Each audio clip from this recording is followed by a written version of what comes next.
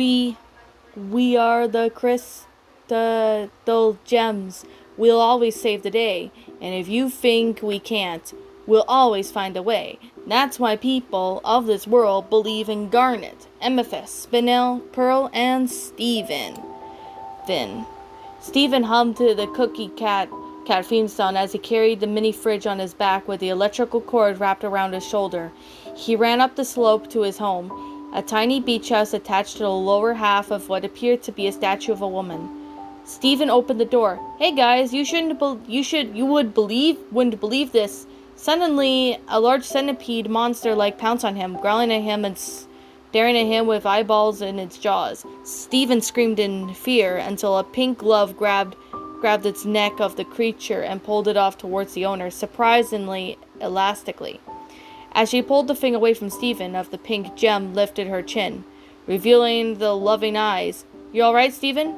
With Steven nod, Spinel tossed the monster aside. Pearl fighting several of the same creatures with the spear, with Garnet and Amethyst fighting in the kitchen. In the living room, Pearl was tugging on one of its creatures from under the table, and Spinel continuing to fling them away. Steven then stared at the creature with awe. "Awesome! What are these things?" Pearl grunted a bit as she lifted the creature up. "Sorry, Steven. We'll get these centipedes out of your room." Spinel slammed the centipede on the floor, making it poof.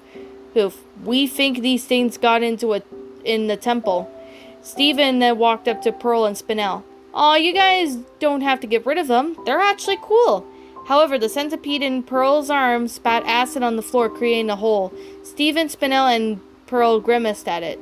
In the arena of the warpad, Amethyst threw the centipede against the wall with her whip, causing it to poof, but the purple gem noticed something as she picked her nose. You guys, these things don't have gems." "That means there should be a mother nearby," Garnet suspected.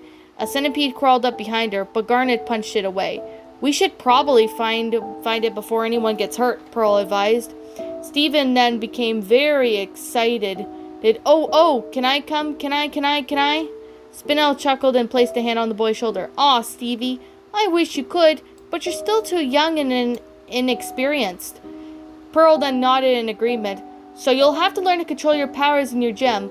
We'll take care of protecting humanity, okay?" She stopped and snapped at the back of the neck of the centipede-like creature, and it poofed. "Aw, man," sighed Steven, until he saw the centipede rummaging through the fridge. "Hey, get out of there!" The centipede managed to get away with its can in its jaws, but Garnet was too quick enough to poof it before it could escape. Steven then went over to inspect the fridge. They got into everything. Not cool," he pouted, before he looked up and noticed that the freezer was filled with cookies and cats. "No way," Steven gaped, the stars forming in his eyes and grabbing one of the treats just as Pearl closed the fridge door. "Ha, where did you get those? I thought they stopped making them." Pearl smiled warmly. "Yeah, but we heard that too, ever since they got your favorite. And we went out and stole a bunch," laughed Amethyst, sitting on the counter. Pearl huffed at her.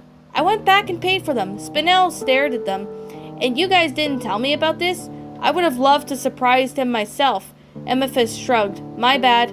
Garnet summoned her gunlets away. "Sorry, Spinel. The whole thing was my idea." "It was everyone's idea," added Amethyst. "Not really." "All that matters is that Steven is happy," said Pearl. Spinel nodded. "Indeed." Now feeling happy by joy, Steven even began to sing the Cookie Cat's jingle. "Oh, he's frozen, treat, and all the new taste, because he has came into this planet from outer space, a refugee in Ilster war, but now he is at your local grocery store. Cookie Cat, he's a pet for your tummy. Cookie Cat, he's super duper yummy. Cookie Cat, he left his family behind. Cookie Cat." Now available at your Gurgen's route of 109. When he finished the song, the gems started to laugh to each other and clapped. "I can't believe you would do this. I'm not going to save these forever," vowed Steven. "Right after I eat this one." He pulled out a cold treat out of the wrapping. "Hello, old friend." He bit into the ear of the cookie. "Oh, it's so good," he sighed. Suddenly the gem on his belly began to glow light pink. And then suddenly the other gems gasped in surprise, even though Steven didn't seem to notice. I like to eat the ears first, Stephen, gasped Amethyst. Your gem, proclaimed, Spinel. What? Stephen opened his eyes in alarm and pulled up his shirt, his eyes widening more. My gem! Quick, try to summon your weapon, Amethyst proclaimed. But Stephen looked like he didn't know what to do, so he began to panic. I don't know. It's fading. How do I make it come back? Spinel laid her hands on Stephen's shoulders. Stephen, it's okay. Calm down. Just breathe. Don't put too much pressure on yourself. Yeah, try not to tire yourself about it, said Amethyst. Don't, Garnet added. As the glow faded from Stephen's gem, everyone sighed in relief. But everyone still looked unhappy as he plopped down on the floor. Oh, I was really close that time. He began to put the cold treat in the back of the packaging. Oh, can you get those how you explained to summon a weapon? Oh, I'll go first, said Pearl in a sing-song tone. Pearl and Spinel and Stephen were now at the hill with the large, free-layered pink petals, which began to fall around them. Pearl then stood up near a tree trunk with Spinel and Stephen sitting cross-legged in front of her. Is this even necessary? Spinel asked, sounding doubtful. Pay attention to these petals, Pearl told Stephen, outright ignoring Spinel's complaint. The petal dances seem to be improvised, but it is being calculated in real time. Based on the physical properties of this planet, with the hard work and dedication, you can master the magical properties of your gem and perform your own dance. The gem on Pearl's girl's head began to glow, and a spear here welded out as she grabbed it, swinging it and planting it to the ground. Several petals began flying from the impact. Pearl calmly held her petal in her palm. Like so. Spinel raised an eyebrow, scowling slightly, worried about Stephen, and cupped an armful of petals. At the side of the big donut, Stephen even flung the petals into the air. Amethyst looked over for Spinel, holding a donut. Did Pearl really tell him to get the petal thing? Spinel nodded in response, frowning. Stephen sighed. Yeah, I need to practice this. It's really hard, so I can start dancing like a tree, I think. That's not what she means, Spinel pointed out. Listen, Stephen, said Amethyst. All this practice stuff is no fun. She munched down on the donut. Whatever I need to summon my weapon, it just happens. Throughout the glowing gem, Amethyst cupped her whip, and of course whipped it from behind her, breaking the garbage container in two. See? Don't try at all. Spinel didn't seem like she approved, while Stephen scratched his head. Briars ran outside, of course gasping in alarm, seeing the smashed garbage can. Again, at the top of the temple, Stephen and Spinel were with Garnet. So I'm supposed to work really hard and not try to do the same thing all the time? Stephen asked. Yes, Garnet replied. Or you could link your mind to the energy of all the existing matter, canceling the collective power of the universe for your gem, which results in she summoned her gunnets. At least that's my way of doing it. Now in the world of confusion, Stephen turned to Spinel. Wait, Spinel, what about you? Oh, I forgot you don't have a weapon? His face deflated, remember what she had told him hours ago. Spinel now smiled gently. My body's more than enough to protect humanity, and most importantly, she comedically stretched her arm to a loop-de-loop, and her finger booped his nose. You. Stephen seemed hopeless. Once the crystal gems were back in the kitchen, Stephen had his hand under his chin and thought, I think this might be the best to recreate about what happened from the last gem and it glowed. So Garnet and Amethyst were there. Pearl and Spinel were next to the fridge. He directed these gems to the place. When the moment happened, Amethyst sitting on the counter, Garnet standing next to her with Pearl and Spinel standing next to each other side of the fridge. But Stephen didn't squint his eyes. Amethyst, I think your arms were crossed? Amethyst did was what she was told. Okay, your majesty. Stephen walked over to Spinel, and Spinel, your hands were like this. He guided her hands to downwards and made her fingers interlock. She even got the idea of silently remained her position. A patient smile on her face. And Pearl, Stephen said as he tiled Pearl's foot a little, your foot was like this. Pearl frowned. I don't think this is how it works, Stephen. Spinel hushed her, remaining the same as the position. Let the boy do his thing.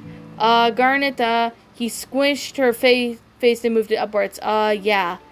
Then the boy grabbed the half-eaten cookie cat from the freezer, and then took a bite. Then I take a bite of this cat, and oh wait, I sang the song first. He's frozen treat, and it's all the new taste. Installator Ward now available at Gunverin's. Then nothing happened. Steven slumped a bit. Aw, it was funnier than last time. He pulled up his shirt and looked at his gem and sighed. Maybe I'm not a crystal gem.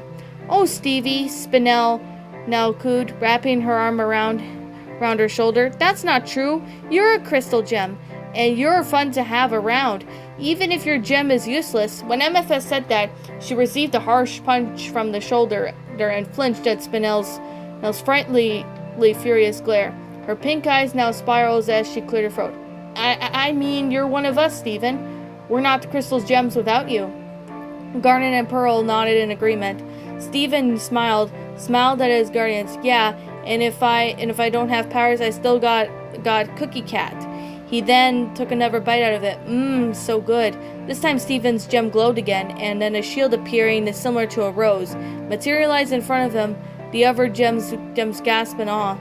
Pearl looked as just amazed as her companion. Stephen, it's a shield. Stephen's eyes widened and became stars. Whoa, what? I get a shield? Oh, yeah, he proclaimed, accidentally launching his shield. The shield bounced off the wall before rotating around the room. When it aimed towards the TV, a pink hand snatched the shield and the lightning speed before it could get hit. Spinel sighed in relief. MFS burst out laughing and Pearl groaned in annoyance.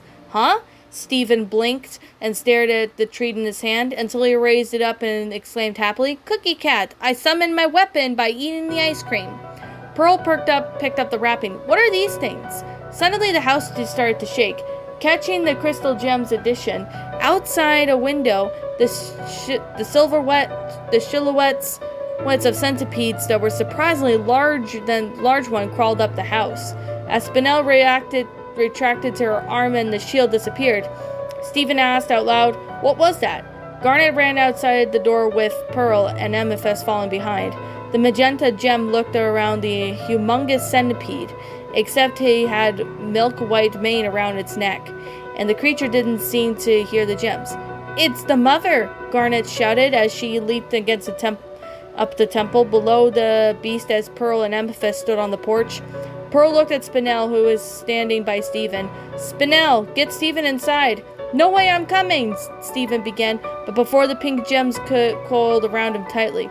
Oh, no, you're not, Spinel ordered as sternly and took Stephen inside with her, shutting the door. Stephen struggled to get out of her gasp. No, I want to fight. Spinel shook her head. Not now. You've just activated your shield, so there's no other thing we can do. Stephen frowned, but then he got an idea. Wait, Spinel, I got an idea. I need your help. Back outside, Garnet kicked the mother in the face, snarling as the mother chased his Garnet down the temple statue and landed on the beach. Amethyst and Pearl then joined her side as the giant centipede tore over them and screeched loudly. Emitting its green acid spit from its jaws, the gems quickly dodged away of the centipede before the spit came in contact so when they hid behind one of the sand statue. That didn't stop the centipede mother from continuing to spray acid, slowly melting the hand. We could really use Stephen's shield right now, MFS yelled before ducking as some acid spilled above her. Unknown to the centipede, Spinel and Stephen left the house, with the boy puffing out his chest. Spinel stared at the boy hesitantly, holding the Cookie Cat freezer. Are you sure about this, sweetie? Stephen looked up at her and even giving her an adorable look. Don't you trust me? The pink gem's eyes gleamed in emotion until she nodded and whistled to the beast. Hey, you! The large centipede monster then turned around its head towards them, making gurgling-like noises, and the acid dripped from its gaping mouth, blinking at the two. Stephen even made himself look confident. Leave him alone! The mother wasn't fazed by the boy's shout, and roared before lunging its head towards them. Forgetting their plans, Spinel abandoned the freezer and grabbed Stephen, leaping out of the way as the centipede slammed its head onto the ground, drops of acid spilling out, landing against the water. Spinel then clutched the child before looking up.